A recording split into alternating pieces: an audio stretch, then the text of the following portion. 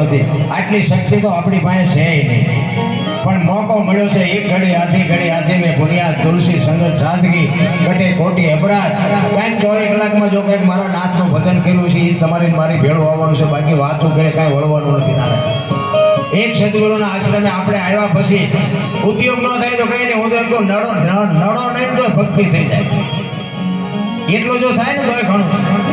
એટલા માટે જેઠીરામ બાપુ એક વાણીમાં એવું કહે છે, જો સદગુરુની જો બાપુ કૃપા થાય ને તો જ આ બધું સમજાય એવું છે, બાકી ના કે ભજન સમજાયું છે. એક વાણી કહે છે ને, રામ કિસી કો મારે નહીં એસો પાપી નહીં, રામ આપે આપ મર જાતે ને કરતે કોડે કામ, કે રામ કોઈને મારતો નથી, તો રાવણને વાલીને બધાને કોઈને માર્યા. રામાયણ કહે છે, આપણે નથી કહેતા, પણ આપણને સમજણ નથી, બાકી ખોટું કા દુનિયા નો હાલવા દેતી છે. એક વાણી કે પેલા મેં જન્મ્યા, પછી જન્મ્યા બડા ભાઈ, પછી ધામધૂમથી મારા બાપા જન્મ્યા, પછી જન્મી માં. વાહનો તોડી નાખે કોક હોય આવું. સદગુરુની સાંજ મળી હોય તો બાપુ ખબર પડે કે હા હોય, ન મળી હોય તો પેલા હું જન્મ, પછી મોટા ભાઈ, પછી મારા બાપા ને પછી મારી માં, આવું હોય. હું કહું છું હોય, તમને ન ખબર પડતી તમારા સગડા ગઈ ગયા, મને શું ખબર પડે. એટલા માટે મહાપુરુષો સનાતન ધર્મની આખી દુનિયા જે બોલાવે છે, સનાતન એટલે શું, અલગ એટલે શું, અગમ એટલે શું, જય માતા. આ શબ્દની જ્યાં સુધી તમે ખોજ ના કરો ને ત્યાં સુધી આની ખબર જ ન પડે ને. એ બાપુ સદગુરુ મહારાજની માથે મેર હોય અને તમારી જો એવી માગણી હોય તો જ બાપુ તમને મળે, બાકી જય ભગવાન કાંઈ મળે નહીં. અલગ કોને કહેવાય? અલગ જે લખી ન હોય એને અલગ કહેવાય ને, લખાય નહીં એને અલગ કહેવાય. તો અલગ આપણે આ નામ તો બધા બોલે છે, અલગ તો અલગ કોને કહેવાય? મારું નામ અનુસી છે, આંગળી મૂકીને બતાવો ક્યાં છે? આ બોલ્યા જેવું જ નથી રામ. જો બોલાય ને તો લખાય, અને લખાય ને તો દેખાય, ને દેખાય ને તો વંચાય.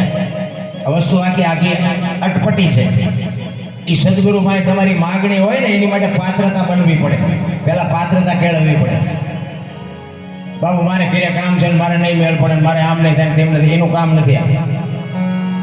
એક માણસ તેલનો ડબ્બો લઈને આવતો હોય એને તમે પૂછો કે તેલના ડબ્બાના કેટલા, કે 2000. હવે ડબ્બાના 2000 છે તેલના, તેલ કાઢી લો ડબ્બાનું શું આવે? 20 રૂપિયા જ આવે. પણ જો ધ્યાન આપજો, કિંમત તેલની છે, પણ ડબ્બા વગર તેલ રહે નહીં. ડબ્બો હોય ને તો તેલ રહે. તેલ ભલે કિંમતી, એમાં દેહની કિંમત કાંઈ નથી, પણ દેહ વગર ભજન ન થાય, ખોટી વાત છે.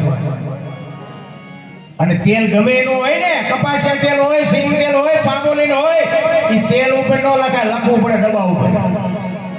અને તેલ ઉપર જો લખાતું હોત ને તો અલખની કોઈ કિંમત ન રહે. એની બાપુ એની માથે લખાતું નથી, એને અલગ કહેવાય.